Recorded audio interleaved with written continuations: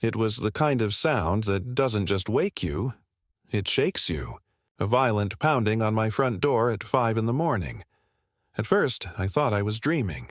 My alarm wasn't set. The world outside was silent except for that sharp, repetitive knocking. 3 times. Then a pause.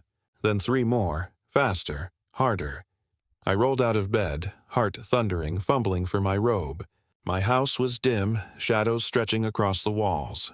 When I glanced at the clock, 5:02 a.m. No one knocks at that hour unless something's wrong. I flicked on the porch light and opened the door just a crack. Standing there in the cold dawn was Gabriel Stone, my next-door neighbor. He looked wrong. His skin was pale, almost gray in the porch light, his breathing shallow and uneven. His eyes darted around like he was being watched. "Gabriel," I said, voice groggy. "What, he cut me off. Don't go to work today, stay home. Just trust me." I froze. The way he said it, flat, urgent, final, sent a ripple through me. "What are you talking about?" He shook his head. "Please, I can't explain. But you can't leave your house. Not today." I stared at him, trying to make sense of it. Gabriel was the quiet type. Polite nods, small talk about trash day, nothing more. I barely knew him. Seeing him like this, trembling, terrified, it didn't fit. "Gabriel, you're scaring me." His eyes flicked toward the street. He lowered his voice. "You'll understand by noon." And just like that, he turned and walked away, fast, without another word. I stood there barefoot, the early morning air biting at my skin, watching him disappear into his house. For a long moment, I didn't move. Something deep inside told me not to brush this off. But another part, the rational, logical part, told me it was absurd. Maybe he was having a breakdown. Maybe it was some weird prank. Still, I couldn't shake the way his voice had cracked when he said, "Trust me." The wait by 6:00. I'd made coffee but couldn't drink it. I called in sick to work, the first time in years, and sat in my living room, every creak of the house sounding like a signal I couldn't read. Hours crawled by. The sun rose. The world outside looked painfully normal. No sign of Gabriel. No sign of danger. But at 11:28 a.m., my phone rang, an unknown number. I answered. "Hello?" A man's voice, calm and official. "Ma'am, this is Detective Taylor with the County Police Department. Are you aware of a critical incident that occurred at your workplace this morning?" I sat up straight. "What incident?" He hesitated, his tone tightening. "There was a violent attack at Henning and Cole Investments around 8:15 a.m. Several employees were injured. We're confirming reports that you were seen on site." My heart slammed against my ribs. "That's impossible. I wasn't there." I called in sick. Silence. Then, "Ms. Rowan, your keycard was used at 8:02. Security footage shows your vehicle entering the parking garage." I felt my blood run cold. "That's not possible. My car's here, in my driveway." The detective didn't answer immediately. I could hear papers shuffling, then a low exhale. "Can anyone verify that you've been home all morning?" I looked around at my empty house. "No," I whispered. His tone changed. More controlled, more formal. "Ms. Rowan, units will be arriving at your address shortly. Please don't leave the premises." Then the line went dead. The knock returns. Seconds later, another knock at the door. Not frantic this time. Deliberate. Controlled. I froze. Then a familiar voice. "Alyssa, it's me. Open the door." Gabriel. I moved closer, pressing my ear to the wood. "What's going on? Why did the police just call me?" His answer was a whisper. "Because they're not coming to help you." I didn't open the door. "Then who are they coming for?" "You," he said. "They need you alive. For now. But not for long." I felt my knees weaken. "What are you talking about?" He hesitated.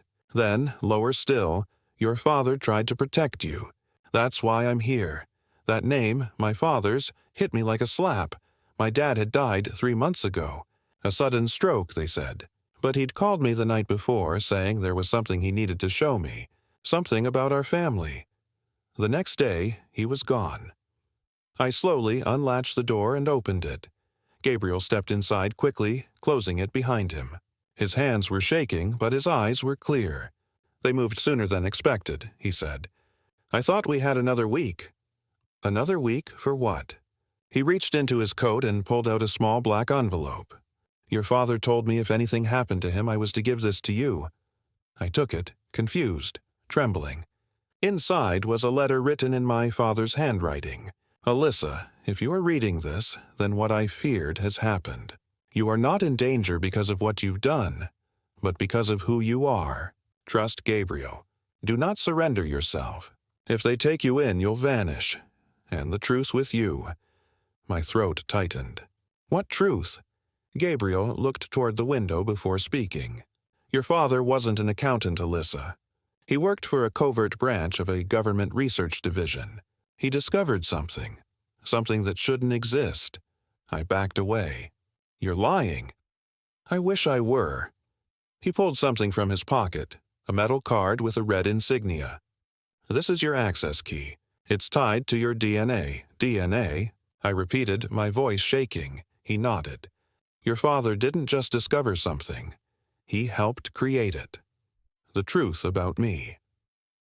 According to Gabriel, my father had uncovered a classified genetic research program 23 years ago, one that used biogenetic engineering to produce humans with immune mutations. They weren't making weapons. They were making survivors, people who could endure chemical exposure, disease, even aging itself. "Your father volunteered you," Gabriel said quietly. "He didn't know what they'd done until years later. When he found out, he tried to shut it down. But you were already different. I felt dizzy." "Different how?" He hesitated. "You heal faster than normal. You've never had the flu, never needed vaccines. Haven't you ever wondered why?" I opened my mouth, but no sound came. Because it was true. Every illness I'd ever had lasted hours, not days. Cuts that should have scarred were gone in 2. I'd brushed it off my whole life. Luck, good genes. He continued. "They were going to retrieve you next week under the pretense of a federal summons. But something changed. Someone used your credentials today to trigger a containment protocol. They made it look like you were there, to link you to the attack. Once you're labeled a domestic threat, they can seize everything connected to your father's research." "And kill me," I said. Gabriel didn't answer. The flight outside. The low rumble of engines began filling the street. Black SUVs, no sirens, no flashing lights. "They're here," Gabriel said, moving fast. "We have to go. Now." I barely had time to grab my phone before he pulled me through the back door and into his SUV. The moment the doors slammed, he hit the gas. As we sped away, I looked back. 3 unmarked vehicles pulling up to my house. Men in suits stepped out, scanning the area with tactical precision. One lifted a small device, sweeping the air. "What are they doing?" I asked. "Tracking your biometric signature," Gabriel said. "Your blood emits a frequency they can detect." I stared at him in disbelief. "That's insane. So is what's inside you." "The bunker." We drove for an hour, deep into the woods outside county lines. Gabriel stopped before an overgrown trail that led to a concrete structure half buried in the earth. "A bunker?" He got out and motioned for me to follow. "This was your father's contingency site. He built it after he left the program. Inside, the air was cold and dry. Rows of sealed cases lined the walls, each marked with my family crest, a symbol I'd always thought was decorative. At the center sat a single device, a biometric console. Gabriel gestured toward it. "It only opens for your DNA." I hesitated, then placed my palm on the scanner. A faint pulse of light ran up my wrist. The console beeped and a compartment opened, revealing a small drive. A digital file blinked to life on the nearby monitor. "Project Origin, Subject 7B, Alyssa Rowan. Status, active. Genomic sequence stabilized. Regenerative capabilities confirmed. Containment required." I took a step back. My knees felt weak.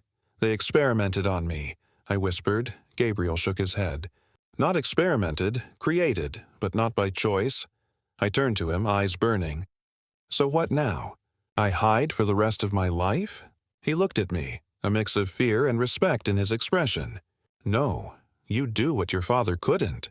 He handed me a second drive. This one contains the names of everyone involved. Senators, corporate heads, scientists. Your father risked everything to compile it. If you release it, the truth goes public. But if you do, he looked toward the exit. They'll never stop hunting you. The decision, I stood before the console, both drives in my hands. One marked containment, the other revelation. My father's voice echoed in my memory. You are not in danger because of what you did, but because of who you are. Outside, the hum of aircraft was approaching. Helicopters, searchlights cutting through the forest canopy. Gabriel whispered, "You have 10 seconds." I closed my eyes. Every memory of my father, his quiet warnings, his tired eyes, his final words, collided inside me. Then I inserted the revelation drive. The monitor flickered. Streams of data exploded across the screen. Encrypted transmissions firing to networks worldwide. News agencies, watchdog groups, public servers. Gabriel exhaled. It's done. Suddenly, alarms screamed through the bunker. Red lights flashed. They'd found us. He grabbed my arm. We have to go. But I didn't move. I looked at the monitor one last time. My name, my father's research, the truth spreading across the world like wildfire. I smiled through the feud.